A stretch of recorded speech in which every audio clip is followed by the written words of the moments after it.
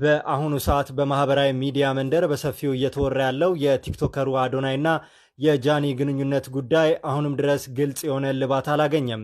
ግንኙነታቸው በይፋ ይቋረጥ ወይስ ሲቀጥል ባልታወቀበት በዚህ አሻሚና ውጥረት በሰፈነበት ወቅት አዶናይ ስለ ፍቅር ያደረገው ጥልቅ ንግግር የተከታዮችን ልብ ስቧል። አንድ ሰው እንዲወዳችሁ ብላችሁ ራሳችሁን አታድክሙ፣ ሌሎች እንዲወዳችሁ ስትሉ የራሳችሁን ማንነት አትጣሉ በማለት አዶናይ ጠንካራ መልእክት አስተላልፏል። አክሎም የፈለገውን ነገር ብታደርጉ ሰዎች የማይወዷችሁ ከሆነ ዝም ብለው አይወዷችሁም። ስለዚህ አንድ ሰው እንዲወዳችሁ በማሰብ ጊዜያችሁንና ጉልበታችሁን አታባክኑ ሲል የፍቅርንና ራስን የመውደድን እውነተኛ ትርጉም ተንትኗል። በዚህ ሰዓት አዶናይ ያነሳቸው እነዚህ ሀሳቦች ይህ መልእክት ቀጥታ ለማን የተላለፈ ነው የሚል ትልቅ ጥያቄ አስጭሯል።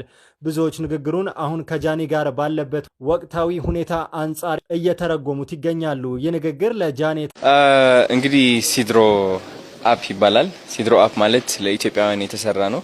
ቲክቶክ በጣም ሰልፊሽ ነው ለኢትዮጵያውያን። እኛም የሚያስተውለንም አይመስለኝም። ቪዲዮ ስንለቅ ቲክቶክ ምንድነው የሚያደርገው መሰላችሁ? የብዙ ነጮች ቪዲዮዎች ጋር ቀላቅለው ነው ወደ ሀበሾች የሚያደርስልን which is የአንድ ሀበሻ ኮንተንት ለማየት ውጭ ሀገር መሆንክ ስክሮል ማድረግ አለብህ። አይምሮ ተዛብቶ ምናምን ነው እንደገና ወደ ሀገር ልጅ የምትመለሰው። ሲድሮ ግን ለኢትዮጵያውያን ነው የተሰራው which is authentic የሆነ የራሳችን ኢንተርቴይንመንት ክሬቲቪቲ እንፈጥራለን ማለት ነው። ኢትዮጵያ የአፍሪካ the land of origin እንደሚታወቅ the land of origin ነች። የክሬቲቪቲ ሀብ እንድትሆን ደግሞ አላማ አለን። ይህን በማስመልከት ነው ለኢትዮጵያውያን ሲድሮ አፕ የሰራ ነው። ሲድሮ አፕ ለየት የሚያደርገው ነገር ምንድነው? ውጭ ሀገር አንድ ሰው 1 ሚሊዮን ፎሎወር ካለው በቲክቶክ ላምበርጊኒ ይነዳል። እዚህ ሀገር 1 ሚሊዮን ፎሎወር ካለው ደግሞ ምንም ክፍያ የለውም። ኦፍ ኮርስ ምንም ዜሮ። እኔ ለራሴ ካናዳ ነበርኩኝ 1 ሚሊዮን ፎሎወር ነበረኝ። ገቢ አልነበረኝም። ኢቭን ተቸግሬ ሆምለስ ለመውጣት የደረስኩበት ጊዜ ነበርና ሲድሮ ቢኖር በምንም ተአምር እንትን አልሆነም። ሰላም ዛሬ ይዤላችሁ ስለ አዲሱ አፕሊኬሽን የአዶናይ አዲሱ አፕሊኬሽን ሲድሮ ይሆናል። ሲድሮ ምንድነው? ስለ ሲድሮ ምንድነው እየተወራ ያለው የሚለውን በሁለት አቅጣጫ እየተላለፈ ስለሆነ አንዱ የተለየ የሚያደርገው ደግሞ ለእናንተ ይዤላችሁ ቀርብ ያለው። በመጀመሪያ ስለ ሲድሮ ማለት በዓለም አቀፍ የቴክኖሎጂ ኩባንያዎች እንደ ፌስቡክ፣ ቲክቶክ እና ዩቲዩብ ያሉት የግል ተቋማት ቢሆንም የሚንቀሳቀሱት ግን እንደተመሰረተበት ሀገርና ሕግ ፖሊሲ ነው። በተመሳሳይም ሲድሮ በአቶ አዶናይ ባለቤትነት በኢንፍራቴች ሶፍትዌር ሰርቪስ ፒኤልሲ የበለጸገ አገር በቀል ቲክታክ መሰል መተግበሪያ ሲሆን አሰራሩም የሚሆን በሀገራችን ሕግና ፖሊሲ ነው። እንደ ማንኛውም ሀገር ኢንፎርሜሽን መረብ ደህንነት አስተዳደር ወይም ኢንሳ የትውልድና የሀገር ጥቅም ደህንነት ለማረጋገጥ ሲል የውስጥና የውጭ መረጃ ስርጭት ጉዳዮችን እንደሚከላከል የሚታወቅ ነው።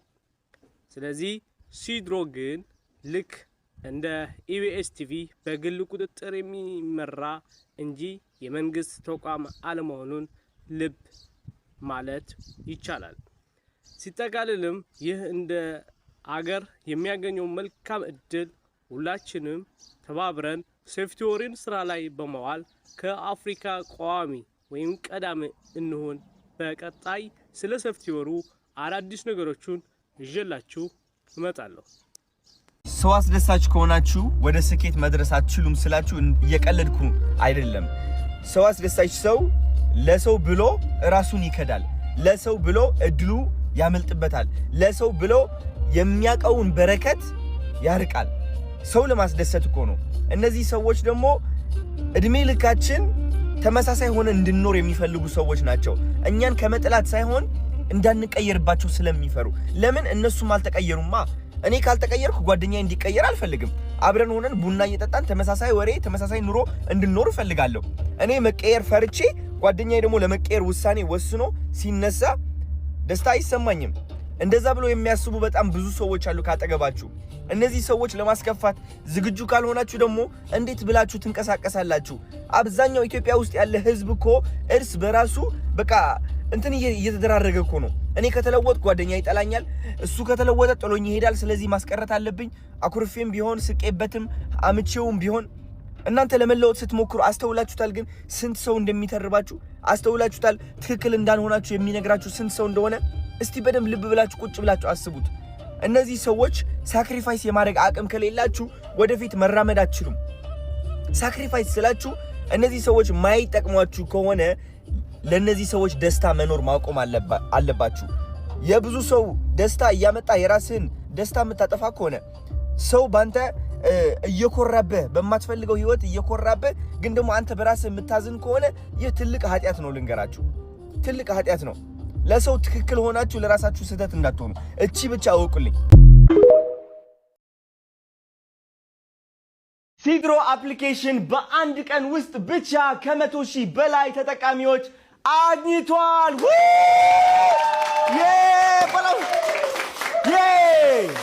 ልንገራችሁ፣ ሲድሮ አፕሊኬሽን እዚህ ሀገር ውስጥ ይዞ የመጣው እድል ብታውቁ እነዚህ 100,000 ሰዎች ሲድሮ ላይ ተማምነው ህይወታቸው ለመቀየር ተዘጋጅተዋል።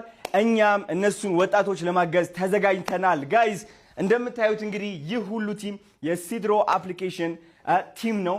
ህይወታችሁ ለመቀየር ተዘጋጅተናል። ከቲክቶክ በላይ እናንተን ለማገልገል ማለት ነው። እንደምታውቁት ቲክቶክ ለኢትዮጵያውያን በጣም ሰልፊሽ ነው።